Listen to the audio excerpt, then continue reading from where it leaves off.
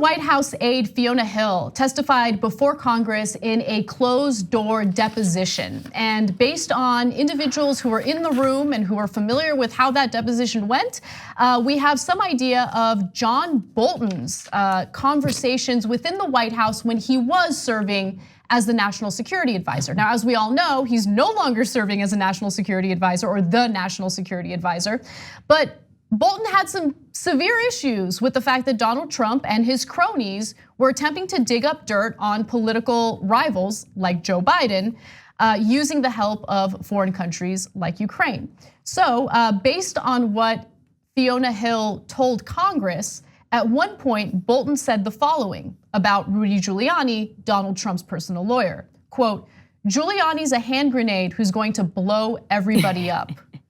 It's kind of true. It's very true. I got no love for Bolton, right? Lots of problems with Bolton, but he's right in this prediction. Oh, absolutely. There are CNN clips to establish that. Oh, he's so off. He's definitely awful. So Bolton was concerned about Trump's efforts to dig up dirt on his political rival, Joe Biden, and also his son, Hunter Biden. And this led to a conflict in the White House. So Bolton got into a tense exchange on July 10th. That was only 15 days before Trump had that phone call with Vladimir Zelensky of Ukraine. Now on July 10th, Bolton got into a tense exchange with Gordon Sondland, the Trump donor turned ambassador to the EU, who was working with Giuliani to press Ukraine to investigate Democrats. And that's according to 3 people who heard Hill's testimony yesterday. In fact, Fiona Hill testified that Bolton told her to notify the chief lawyer for the National Security Council about a rogue effort by Sondland, Giuliani, and Mick Mulvaney, the acting White House chief of staff. Oh my, I think the person I want to see pay consequences, almost as much as I want to see Trump pay the consequences, Mick Mulvaney. Yeah. It'd be very nice. Yeah. So before I go on to the rest of the news on this, give you more details, what do you guys think? Okay, I mean, I have no illusions that Bolton actually cares about any of this. Like, I don't think he on principle believes that Trump would be abusing his power by asking Ukraine to investigate Joe Biden. I really don't believe that he cares about that at all. I think that Bolton probably found himself ostracized within the administration because Trump wasn't sufficiently hawkish enough for him on Venezuela, on North Korea, on Iran, on a variety of things in which John Bolton is the most extreme hawkish version of whatever issue is on the table.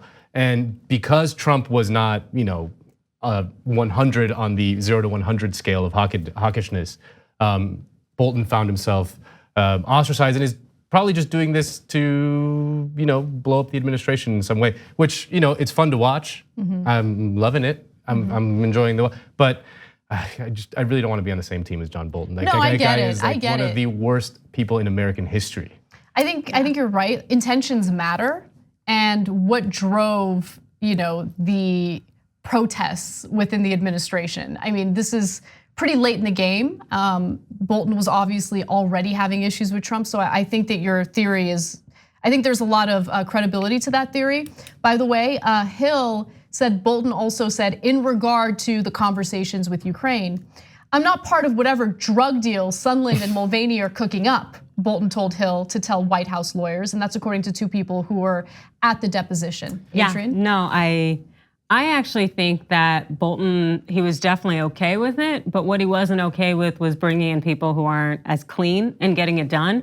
Because it's one of those things where these people don't mind necessarily criminality. It's just, are we gonna bring on sloppy parties who are gonna get us caught in trouble? And as we see Giuliani out here on television, breaking privilege, just talking all this nonsense and essentially just being messy, Bolton's a lot cleaner in his dirt, and he's not trying to get caught. And so I think he got scared, and he's like, "I'm good." That's true. I think that's a good point. Yeah, he's also he probably Bolton was at Yale, went to Yale Law School. Like he's no dummy. He's a monster, but he's no dummy. And he probably thought, oh, this whole Ukraine thing is like super illegal, and I don't want any part of it. And so he's probably saving his skin. But I don't think that illegality bothered him. It's that you don't bring in a messy person. It's like if we were gonna do a heist and you brought in, I don't know, Uncle Lou, who doesn't really know anything or really care. I'm not trying to stick out my neck to bring on someone who's just going to end up dragging us down and getting us caught. Right. And so I think that was Bolton's idea. Well, speaking of messiness, let's hear from Rudy Giuliani. He spoke to the Daily Beast following news of what Bolton had said within the administration. And his quote is, "I have not spoken to John about his comments as conveyed by Hill. John is a longtime friend. I have no idea why John is doing this. My best guess is that he's confused." This is so funny. My best guess is that he's confused and bought into a false media narrative without bothering to call me about it. He's accusing others of being confused. And we've seen his interviews, which I personally enjoy watching. Yeah, and that's something that this administration loves to do. They like to do this confusion. I don't know why. I have no idea. Everything's a shoulder shrugs. It's a playing dumb thing. So essentially it's saying, I don't recall, so you can't tie me to anything. And that's what they love to do. And it's amazing to think that like circa 2006, Giuliani was like maybe the most popular politician in America. And had he just kind of like receded from the front lines and just kind of told stories about 9/11, he would have just had a nice career making bajillions of dollars and speaking fees, and his reputation would be intact. Instead, he decided to come back into the fray, and his reputation is in tatters. And you know what? You love to see it. I definitely love to see it, but you know what? He has this characteristic that a lot of criminals have. Yeah. And that characteristic is greed, right? Like that greed is usually what gets people caught in the end, right? When you've done things and gotten away with it, like move on with your life. But no, he's a questionable figure to say the least. Now he is refusing to cooperate with this House investigation, even though he has been subpoenaed. So he is not going to cooperate, and really the ball is in the Democrats' court in regard to what they're gonna do if he refuses to cooperate with this investigation. I mean, a subpoena is a subpoena, and there have been strong words by Democrats in regard to individuals who refuse to comply with those subpoenas. But we've seen Democrats, like talk is cheap. We need to see them actually hold individuals in contempt if they're not following through with what they're legally supposed to do.